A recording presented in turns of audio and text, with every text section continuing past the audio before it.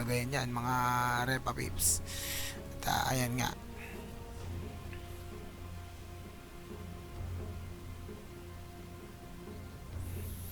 So medyo natatagalan ng Team Cypher sa pag-pick. Diyan kaya lock, check mo nga ayusin mo dyan. Meron dito mahina. Hindi malabas. Ano mahina? Mahina.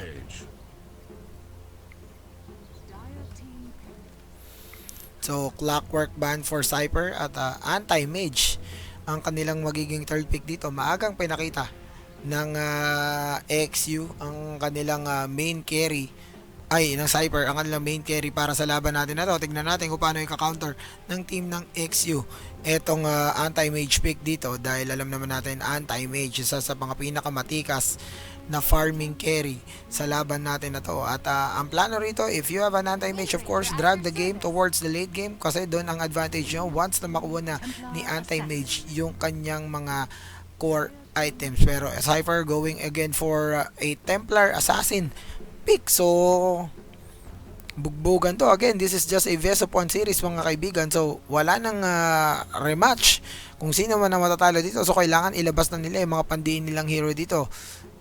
Dahil best of 1 lang to. Samantala for XU, they will go for a Wind Ranger pick. They have Silencer, Earthshaker, and Wind Ranger.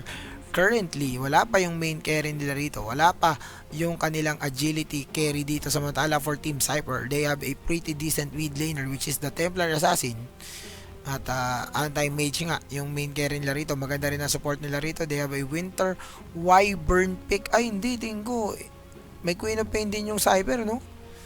Medyo magulo laning nila rito. Baka Queen of Pain off or Lanaya off. Pero sigurado anti-mage will be their tri-lane carry dito. Baka nga Queen of Pain solo bottom pwede. Tatapat sa offlane dito. Tingnan natin. XU medyo tumatagal ang kanilang pagpili rito.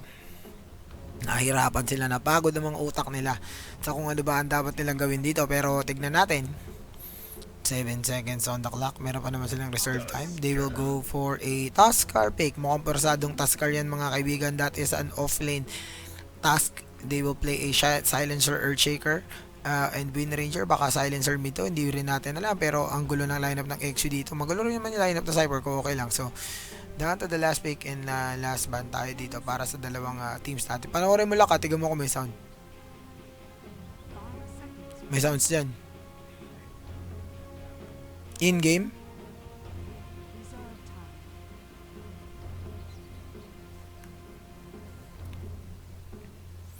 So, for ang captain ng XU dito, si Jude.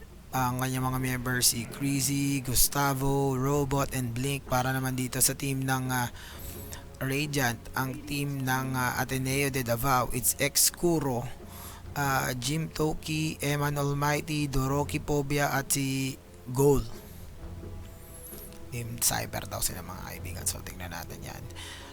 Last band for XU is a Crystal Maiden. Phantom Lancer naman dito ang last band for Team Cyber. So ano magiging last pick dito for Team Cyber? Alamin natin yan. They will go for an Ogre Magi support. So this will be a Winter Wyvern Ogre Magi. Akunat ng mga support para dito sa team ng Cypher. Queen of Pain, Lanaya, and Anti-Mage ang kanila magiging core heroes dito. Samantala, hindi pa natin alam kung ano ang magiging main carry hero dito for Team XU. Imposibleng maging carry Wind Ranger sila rito. Pwedeng siguro Silencer ang kanilang support and Earthshaker, pero kailangan nila ng carry na sasabay sa Anti-Mage pagdating ng late game period natin. So, Bloodseeker pick para dito sa team ng XU mga kaibigan. Hindi ko alam. Cover media naman to eh. Wala naman. Bakit dito mic, in-game sound yung hinahanap, mic lang to. Wait lang, ayusin ko lang ang aking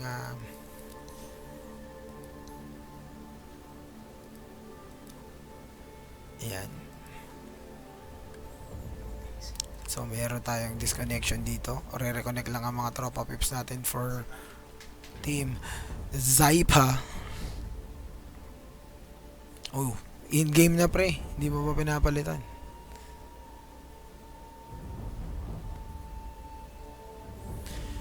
So, hintayin na lang natin yung Lanaya pick. Yung Lanaya nila dito na medyo disconnected pa. So, again, this is your National Cyber Collegiate League. Cagayan de Oro versus Davao. Cyper versus Crusader. At, Cyber, etong ano. Ayan, no? Ateneo de Davao on your Radiant side.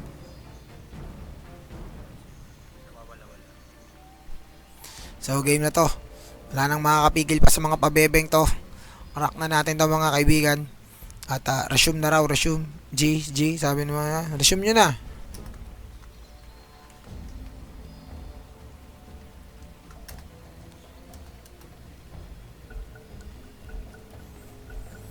At pakilala na natin ang mga gumagamit. It's goal on your Queen of Pain, Lanaya. Being played by Eman Almighty, Doroki on your Ogre Magi, X-Kuro on your Anti-Mage, and Winter Wyvern being played here by Jim Tomsky para naman dito sa team ng Cagayan from Xavier University. Jude playing the Bloodseeker dito mga kaibigan. Earthshaker being played by Crazy Robot on your Silencer. Wind Ranger naman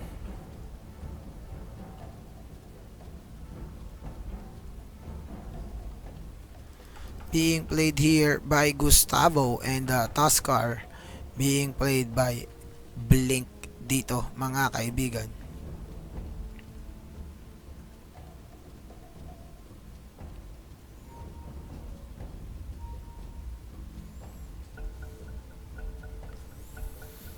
At another post, pero tuloy-tuloy na to. Sana wala nang post para game na natin to mga Repa Peeps.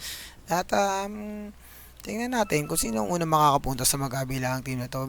Ogre Magi faking a ward there. Nagpakita siya sa torre para kunyari naglagay siya ng ward.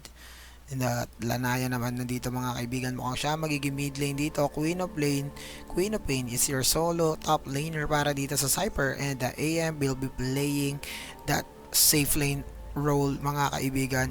Silencer showing himself into the mid lane. Maglalagay siya ng sentry ward. Sabi ko sa inyo, di po puwersa nila yung sentry wards dyan. At yan ang imbalicious na gala dahil Ogre Magi showing himself into the mid lane. Kunyari naglagay siya ng wards at napuwersa maglagay ng sentry wards si kagad dito. Etong si Silencer at mukhang top rune will be secured by Team Crusader at Wind Ranger will get that at ang kanyang counterpart naman sa mid lane, the Templar Assassin or the TA will get that bounty rune in the bottom lane. So even start tayo para dito sa dalawang mid laner natin sa mid lane, and aggressive wards para dito sa team ng Crusader dito being placed out dito sa may mid lane, and here comes the Ogre Magi. Magdi-ward sila rito, sinusunog yung mga kaibigan at hindi niya nilagay yung kanyang sentry wards dito surprisingly, pero eto tignan natin na tapatan. Last hit and delay muna tayo mga kaibigan. Lanaya, and there's another pose.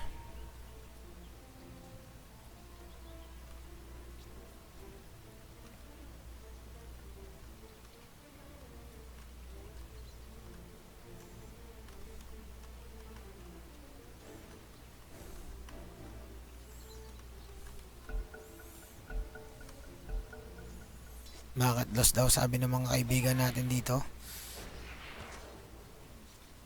And TA versus Wind Ranger in the mid lane matchup. Queen of Pain is pitted up against a Bloodseeker and a Silencer support here in the top lane. On the bottom lane, Tuskar having a hard time here. He is up against the Anti-Mage and the Winter Wyvern. Ogre Magi, however, is now rotating towards the bottom lane and will give them additional hero para dito sa bottom lane in order for them to be able to take down itong Tuskar natin. Samantala, Earthshaker also rotating towards that bottom lane and will try to put susubukang suportahan niya mga kaibigan itong tasker niya hanggat hindi pa nakakakuha ng level para lang defensive purpose. Dahil alam naman natin mataas ang tendency na ma-first blood dito ang offlane, especially up against the tri-lane of the opposing team. Yung safe lane nyo rito or ang offlane nyo prone sa first blood dito. Samantala Queen of Pain, he is 4-0 up against a 5-2 Bloodseeker, and he is being harassed here by the Silencer, ang Katanyan Be. And Bloodseeker will continue to farm freely dito sa bottom, sa top lane. Kita mo naman, dumidinay-dinay pa ang kuya mo. Pero Shadow Strike being spam out there mga kaibigan.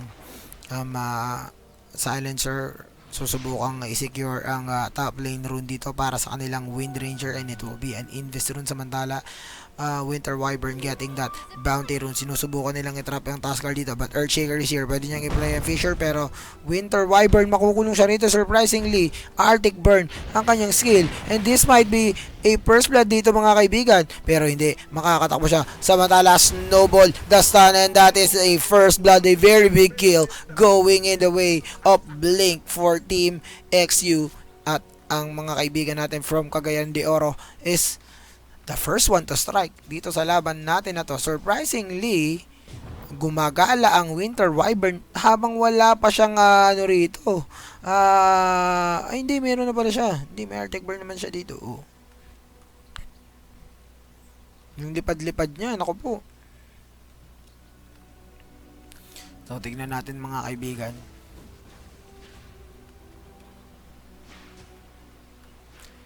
Cooldown pala yung niya noon, yung Arctic Burn niya, kaya hindi siya nakatawid dun sa Fissure. Sad life mga kaibigan.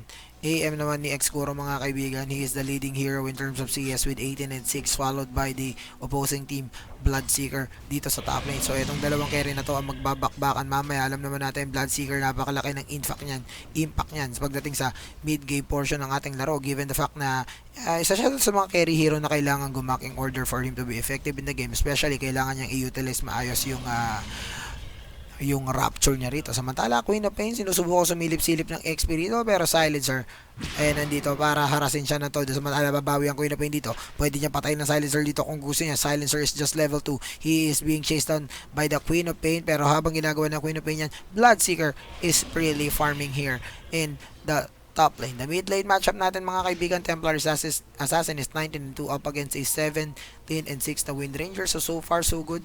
Ang nakakakuha ng ating advantage sa mid lane is the Templar Assassin, pero of course alam naman natin ng effectiveness ng Wind Ranger once na makuha niya yung mga shackle shot na kinakailangan niya rito. Eto, that bounty rune will be denied mga kaibigan. Queen of Pain however, hindi, wala nakakuha ng bounty rune. Tinira ng Winter Wyvern yung bounty rune sa bottom lane, so the deny ng battle charge etong Wind Ranger sa mid lane. Samantala Queen of Pain, wala na rin siyang battle charge dito. Lanaya may bote, double bote, Pinoy moves mga kaibigan para dito sa side ng Team Cypher. Samantala Lanaya, an early phase boots going in the way of Lanaya mga kaibigan, so additional mobility para sa kanya rito. Wind Ranger, ang item niya rito, Boots Battle and Anal Talisman. Samantala Lanaya going straight for that phase boots. At well, di sila magkakapatayan sa pagkakaintindi ko sa matchup na to, dahil hindi tatamaan ng bihirang tatamaan ng Lanaya ang Wind Ranger, especially once that Wind Walk is up, pero the meld is doing the work para dito sa Lanaya mga kaibigan. Here comes the stun and the slow, the trap, and it will trigger Wind Ranger using yung kanyang Wind Run dito, pero Wind Ranger needs to be careful given the fact na nagamit niya na yung Wind Run niya and it is on a 5-second cooldown lang, kaya okay lang naman.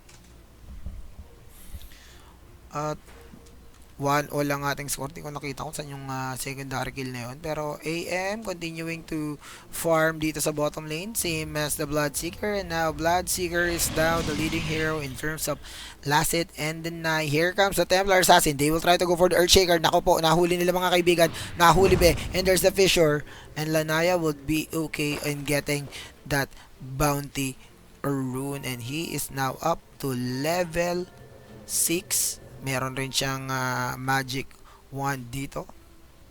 So, labasan natin ang ating network. It is Bloodseeker leading the game. Pagdating sa network natin mga kaibigan, he is 2,900 up o 100 gold advantage para sa kanya over anti-mage dito. 6 minutes into the game, silipin natin ang team stats natin. Cypher, they are up by just above 250 pagdating sa experience natin. Pagdating sa gold natin, ganoon din, 250 para dito sa Radiant side natin. Queen of Pain, mag-alagala rito mga kaibigan, pero level 6 ang Bloodseeker. Huwag mong pinupok-pok ang Bloodseeker, pwede kanyang rakin at kailangan niya mag-ingat dito. Pero Ogre Magi covering Bloodseeker dito mga kaibigan. So itong Queen of Pain pala, so pwede nilang i-beta to. Tignan natin kung ano mangyayari. Alam natin Bloodseeker may tendency siyang mag-tower dive dito given the fact na pag kinas niya yung ano niya. Uy, pero maganda ang placement ng Observer Ward. They now know na nandito ang Silencer sa may Gedli. Queen of Pain, wala pa siyang level 6 dito, so wala pa yung additional burst of damage na kailangan nila rito. Samantala, there is a Dire Observer Ward na nandito rin mga kaibigan, pero magkakakitaan. Napaka Mahu, nagtititigan ng dalawang wards dito, baiting. Here comes the Rapture. Tignan natin kung magbiblink out siya. Here they force the teleport out. Oh no, and Winter Wyvern nandito. Mabibitaw niyo ba ang Cold Embrace, pero hindi, tatamaan siya ng Fissure at kalungkutan mga kaibigan. Sabi ko na sa'yo, Queen of Pain, Queen of Pain, patay, and economic loss para dito sa side ng Cypher dahil napatipi ang Winter Wyvern sa wala. Napatipi siya, nakita siya ng wards at pwede siya maging victims of love at malungkot na buhay para sa kanya rito. Pero TA stacking yung kanyang ancient dito, which will give him additional boost of damage. Pero ito, nagkakabakbakan. Here come Tuskar trying to go in. Nandito rin ang ano, oh my god, delikado rito si Tuskar mga kaibigan. Pero meron siya snowball dito for defensive purpose. Tignan natin, but it will be the Templar Assassin taking him down. At Queen of Pain with a wave, taking down the Wind Ranger. At nagduelo sila mga kaibigan dito. Wind Ranger getting a kill on the Queen of Pain. So palitan ng putok. Pero the X factor there was TA getting the kill on the Tuskar. And now, akala ko susubukan niyang i-tower dive dito. Etong Earthshaker, medyo nagkaroon ng git-gitan sa mid lane, leaving yung kanilang mga main carry dito sa kanilang lane farming. Ito anti-mage natin mga kaibigan is now farming ang kanyang he is the leading hero in terms of network dito. Meron siyang Quelling Blade at Ring of Health and Stout Shield. So mukhang i-recta niya na ng Battle Fury to, which is the key item for that AM. Pero here comes a 3-man smoke rotation coming in from the side of Crusader. Actually, this is a 4-man smoke. They are looking for someone to kill. Winter Wyvern, delikado siya rito, pero magiging okay to dahil this might save the life of the anti-mage. And now the smoke has been broken, the fissure has been launched. AM will be able to blink out of safety, but the Winter Wyvern mga kaibigan with the teleport, pero power shot sa mukha. And that will give the advantage now on the side of Crusader when it comes to kills dahil apat na ang napapatay nila rito. Pero the problem remains for them. Can they contest the Templar Assassin with the anti-mage pag umabot itong laban natin ng late game? Of course, they have a very decent carry sa katauhan ni Bloodseeker, pero will Bloodseeker be enough para harapin at labanan ang anti-mage? At sabi ko lang yan, and napasukan na kagad siya rito, and Queen of Pain getting the kill on that Bloodseeker. That is a very big kill, stopping the progress nung item progression ng Bloodseeker dito dahil every time mamamatay ang main carry mo, madedelay ng at least 1 or 2 minutes dito kanyang mga item, depende pa sa mga mangyayari yan. Here comes Queen of Pain blinking again. Here comes the snowball. Queen of Pain gusto niyang habulin dito ang Silencer. Naku po, ni normal na, ay lanaya pala to. Patay sa mukha mga kaibigan. At nagkakatakbuhan na Ice Shards. Queen of Pain makaka-blink out dito. One miss you die, pero lanaya. Eto na siya mga kaibigan. Eto na siya mga be. And that is a double kill on that lanaya. Ogre Magi going down on the side. Actually, that is a 3-for-1 trade. Ogre Magi ang magiging casualty for Team Cypher, samantalang for Team Crusader naman, tatlo ang mamamatay sa kanila: Bloodseeker, Silencer, and of course their offlane. And AM continuing to utilize ang free farm sa bottom lane, switching from laning to jungle dito sa laban natin na to. And don't look now, we are now looking at a Templar Assassin which now have a 1,000 gold lead over the Bloodseeker pagdating sa net worth. At eto na, Lanaya getting the ancient stock dito mga kaibigan. Aray ko, this will be a very big economic boost on the side of Team Cypher. And Lanaya, he is now up with 3,100 gold. What is happening on Mother Earth? Mga kaibigan, napakaraming pondo ng mga taga Davao.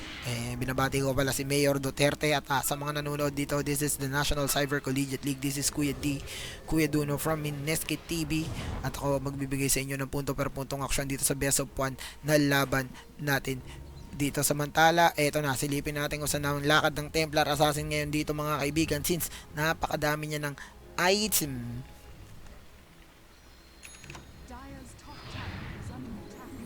And a full Desolator, 12 minutes in the game. This might cut etong mga kaibigan natin. Samantala, eto na, TP on the mid lane mga kaibigan. Eto na siya. Wawasakin niya na yung EDSA. Pak! Pak! Pak! Boom! Hinabol niya. Aray ko eh. Pero masyadong malalim to. Masyadong malalim tong overextension na to. Natali siya sa bayabasan. Masyado ka maasim. May deso ka lang. Hindi ka Diyos. Huwag mong ipilit. At eto na mga kaibigan, niregla na ang lupa. Pero nakailag mga kaibigan. Niregla ang lupa. Nagpapacooldown ng fire blast. Double kill. Masyado ka maasim. Nakakuha ng deso. Nakakuha ng deso si Asim mo mga kaibigan. At pinasok niya na akala mo BKB yung nabili niya. Tinali siya sa puno. At ayun, nalungkot siya. Dahil nakita na yung deso niya. Wala pa siyang napatay. Kalungkutan. Free gold, free experience, and free everything. My God, what is happening in Mother Earth? Masyadong maasim na Lanaya. Daig pa ang Calamansi juice sa mga pinagagagawa niya ron. At dahil sa deaths niya na yan, silipin natin ang gold lead natin. Dahil, pabor pa rin naman sa kanila. Ito, binarena ng mga kaibigan ng Windrunner dito. Yung tier 1 tower in that middle lane.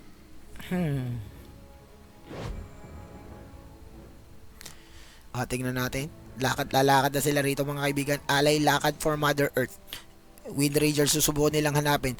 Hindi ko alam kung good choice ba yung Desolator as first item for Lanaya rito. It could have been a dagger, it could have been a shadow blade, pero alam mo, dapat talaga dagger na yan para may gap closer siya. May deso ko nga siya, wala naman siyang way in order to close the distance between him and his target, pero wala eh.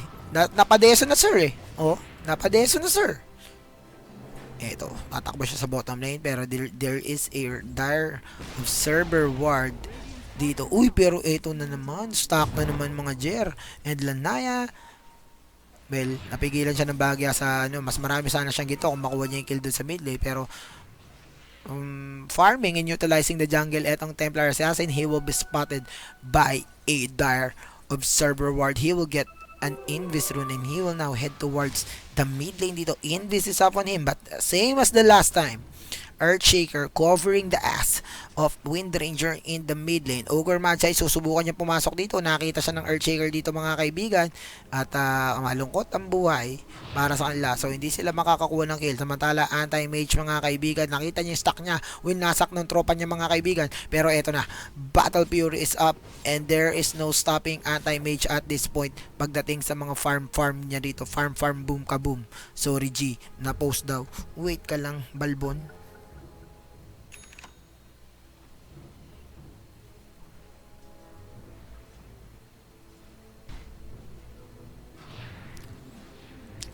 At mid lane siya rito. 1,200 gold.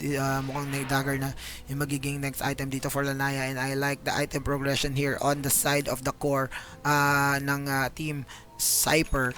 Tignan natin mga kaibigan. Queen of Pain, siya pinakamahirap dun sa core lineup nila. Pero okay lang, given the fact na he is playing the offlane role ng kanyang koponan dito. Samantala, eto mid lane mukhang may contention na magaganap dito at susubukan kunin ng team ng Cypher ang tier 1 tower in that mid lane. Here comes the Ogre Magi going in aggressively, but there is a 4 hero group para dito sa team ng Crusader, and that is a dead Ogre Magi kagaya ng kanyang Lanaya. Siya ang inalay, nag-overextend, naglakad papunta rito ng wala man lang dahilan, at lumpo, mga kaibigan, nalumpo. Double kill dahil dalawang ulo ng Ogre Magi. Patay. Patay parehas. Wala man lang nakumatas dito. Napakaasim. Napakaasim na galaw.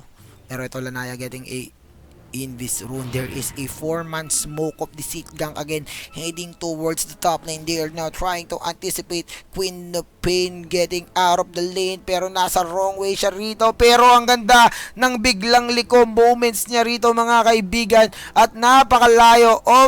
Overspending, overtime, at naku po, kung kailan dun dumaan, walang natagpuan. Napakalungkot ng buhay. Akala mo may spider sense, pero malatsambang spider sense, pero maganda dahil na-detect niya. Samantala, ito, mid lane rotation, mga kaibigan. Nandito na Lanaya. Binato na. Tinali, mga kaibigan. Tinali. Here comes the Fissure. Queen of Pain blinking in. Snowball. Sinapak si Ogre Magi na naman. Napakalungkot. Cold Embrace. Oh, gusto niya bugbugin yung mga kampe, pero miscommunication. Dahil si Lanaya, Torre ang tinitira. Ang lungkot na buhay nyo. Ang dami nyong gamit. Hindi nyo alam gawin. Oh, takbuhan na ba, sir? Power shot ka, boy. At si Lanaya, kung kailan na Cold Embrace, tsaka hindi naging aggressive. Queen of Pain nagblinkin. Lanaya nagback. Aba, matindi. Matindi talaga yung galawan. Galawang hudas, mga kaibigan. At sabi ni Lanaya, ako nagsimula noon. Ako ang unang tatakbo dahil ako ang unang pumasok. Mahusay. At nakuha nila yung to. Ay, hindi nila nakuha yung Torre. Tapos natepok pa sila. My God, napakamaala. Samantala, anti-mage rotating towards the top lane. Sabi niya, bahala kayo dyan.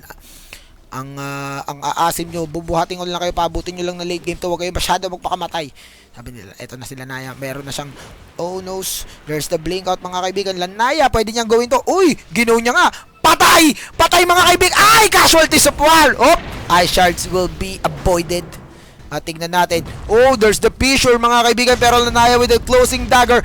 Ogre Magi, siya na naman na malungkot dito. Pero eto na, Templar Assassin getting the double kill. Kaya lang, patay din yung dalawa niyang kampe. May Queen of Pain na maasim. At namatay ang Queen of Pain na maasim. Napaka-asim maglaro ng Team Cypher, mga kaibigan. Sobrang asim, hindi ko alam kung bakit. Alam mo, binabati ko si Burns, mga kaibigan. Pagsabihan mo yung mga homeboy mo dyan, kung ano-anong ginagawa nila. And masyadong masakit sa mata. Joke. Pero oo, masakit nga sa mata. Oo, ito. Pero Lanaya, okay naman sana eh. Okay naman talaga sila Lanaya eh. Tanggal ang ano mo. Ano, takbo ka ano. Kuya di, kita mo ba yun? Wasak. Oh, maganda sana kung natira niya ng doble. Para wasak talaga. Pero ako, kung Lanaya ako, mag-MKB ako, Windrunner. Naku po, wasakin ko yan.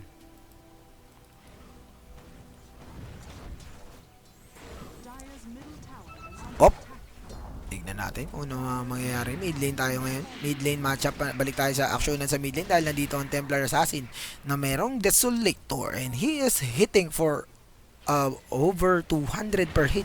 19 minutes into the game.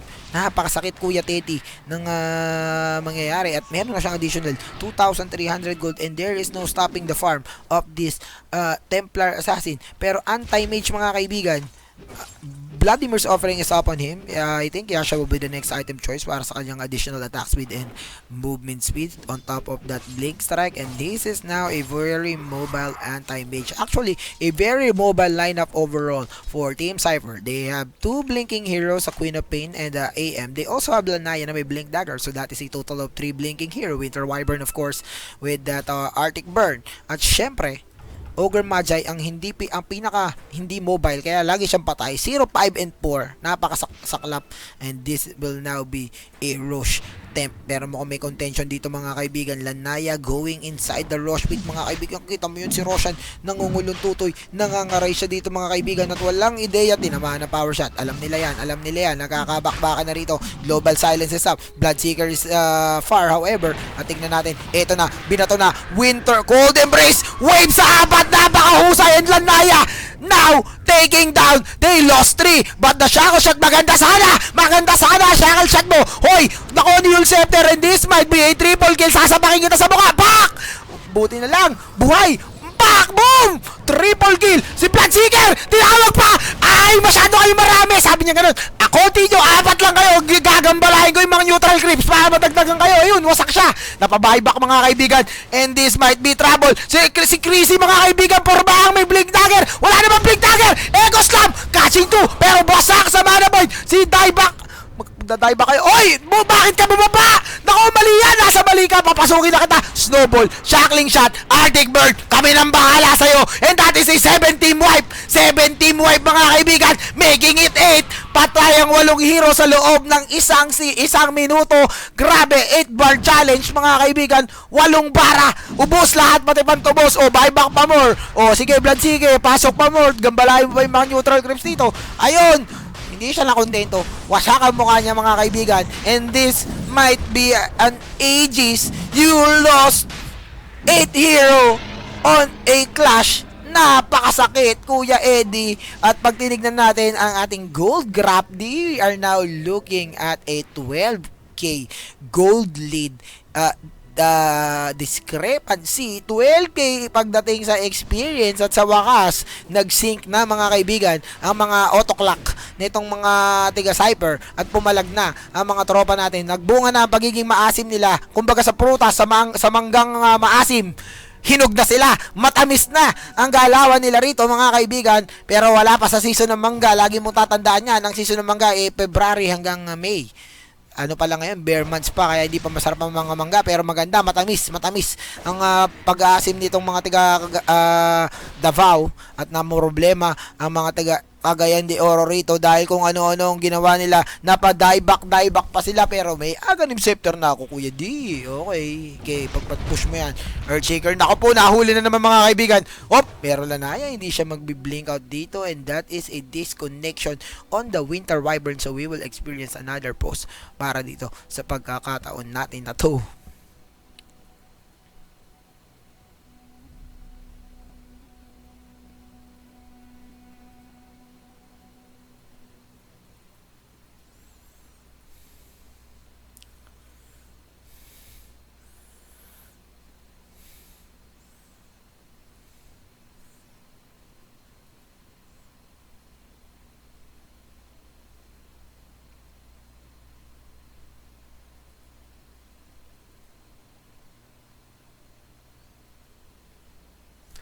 At ito, nakareconnect na yung kuya natin. So, okay lang. Chill lang tayo.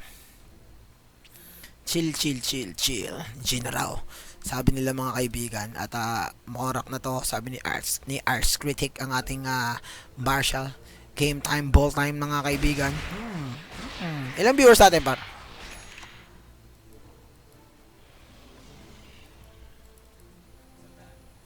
At binabati ko lahat ng nanonood dito sa Mineski TV.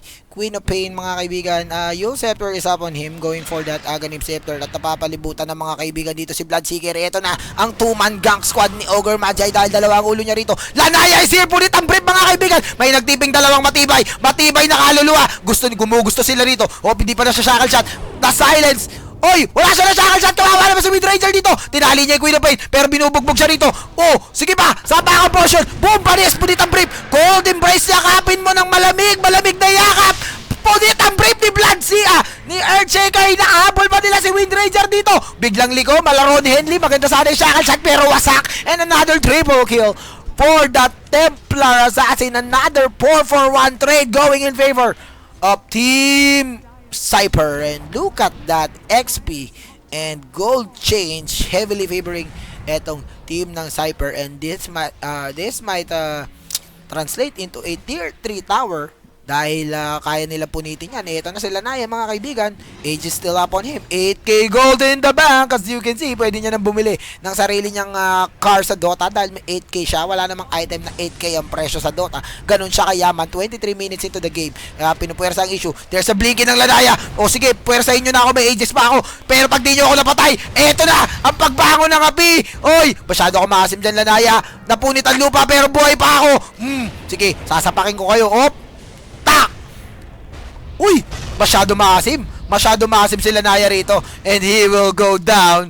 Super asim na naman, bumalik na naman sa pagkahilaw ang mangga ng Lanaya mga kaibigan, pero anti-mage ang tunay na threat. Mantas Talos na completed on your anti-mage, and Lanaya 7,900 gold. Ano ang bibili mo? Anti-mage nandito, mana, pinagtulungan ng apat. Nag-blinkin sa apat, napaka-asim talaga. Mana point sa full mana. Ang tindi mo ron. Anong naisip mo? Bakit mo nagawa? Blink out ka na lang, minanaboid mo pa yung buo yung mana. My God, what is happening with you, anti-mage? Hindi mo ba alam? Yung mana void kasi, pag wala ka siya, pag wala ng mana yung kalaban, you could have mana void etong si Earthshaker dahil wala na siyang mana noon, malaki ba yung mana pool niya, o kaya yung mga tropa pimps niya. Pero yung mana void mo, itong what is happening with you? What is wrong with you, mga kaibigan? Magaling kayo sana eh, kaso, ano, alam nyo, wala pa kayo sa practice. Ewan ko kung ano nangyari ron. Yung Bloodseeker na walang buhay, na may full mana, minana void. Akala niya may bawas, sabay nag-blink-in pa siya. Kung baka nag-blink-in ka na sa 4, ano ka? Ano? Bida man 2015. Grabe ka naman dun, Bart. At ayun, namigay sila ng sangkatutak na kill. Hindi na nila nakuha yung tier 3. Namigay pa sila ng sangkatutak na kill. At makikita naman natin, magre-reflect yan. And that is a 5,000 gold drop going in favor of Team Crusader. At sa mga ganyang pagkakataon, dyan iniiwan yung bukas ang pinto para sa opposing team para makahabol. You have a very significant gold lead. Pero, ano kayo kampante, pero MKB na siya. Ibig sabihin, kaya niya nang barinahin tong si Wind Ranger pag nakita niya. Pero may dagger na yung Wind Ranger for positioning dito. Eto na si Templar Assassin, mga kaibigan. And there is another post going in favor. Very post, tactical post, mga kaibigan. Tacticality, pero ang kati nun. Ang kati ng Lanaya dito. Ang kati niya sana kung magagamit niya na maayos yung paglalanayan niya. Refresh mo nga yung chat, par. At nandito sila sa mid lane ngayon. Susubukan nilang pumush dito. Lanaya now up with an MKB, Desolator, and Chrysalis. Wala nga siyang defensive item dito. And he is prone to that shackle shot na alam naman natin ngayon kaya na siyang barinahin dito Pag binarena mo kanya rito, matatanggal refract, tanggal pantubos niya, and here comes a smoke of deceit, mga kaibigan. Pwede siyang unahan dito. Lanaya, he might blink out. There's the shadow edge, mga kaibigan. Tignan natin dito, nagkakabakbakan. Oh no, mga kaibigan, Lanaya with the trap. Susubukan niya kabulin dito. Tignan natin kung ano meron, mga kaibigan. Nagkakabaragan, nagkakapingan, pero wala pa rin nangyayaring aksyon. Puro puro drama. Oh, Lanaya, saan napunta? Tapon basura, be. And magtatrap sila rito looking for that Aegis Rismo. Anong nangyari sa inyo? Gamit mo lang ng Aegis. Gusto mo Aegis ka na naman. Wind Ranger now up with the dagger. 1,800 gold again on your Templar Assassin. At TA, masyadong mataba sa laban natin na to. 4k gold lead over Bloodseeker. Bloodseeker, SNY, and BKB is up on him. So, pero kulang pa yan.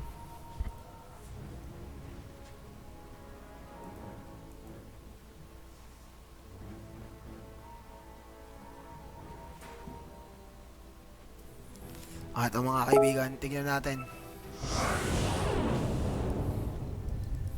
Mid lane bakbakan natin. Nawala yung ko. Para nawala na naman yung keyboard. Nawala na naman yung keyboard ko, mga kaibigan. Tanggal bunot na lang. Pero mouse lang. Mouse gaming lang ako. Pero ito, Wind Ranger. Wasak siya rito, mga kaibigan. Naku, napaka-asim ng anti-mage, mga kaibigan. Na pinaka-maasim na anti-mage. Pero scream of pain sa gitna. Oh no, what is happening? And 4 ang patay dito, mga kaibigan. Hindi ko alam kung bakit, pero 4 ang patay. Hindi. Ayun, okay na. At ito, they are now going for the set of bottom rocks, mga kaibigan. At mukhang this might translate into a secondary lane. Lanaya going to the top lane, realizing the fact na mas mababa ang HP ng tier 3 tower doon. They are now trying to push this Earthshaker with the dagger. Can he land that Echo Slam on a 3? Echo, I don't think he will be able to take down etong tatlo na to. They lose their top melee rocks. Now, they are now going for that range rocks, and it will go down as well. And Lanaya, there's no stopping them. Mga pa-baby girls, mga kaibigan, walang makakapigil sa kanila. Pero si Anti-Mage, blinking in na naman. Sobrang asim. Wind Ranger, binarena. Pero Gold Embrace, the perfect counter. Binarena na naman. Snowball, Glimmer, Caping, at lalaban ako. Hindi ako papatay. manalo sa'yo. Oh, sige, pinarena kita sa mukha.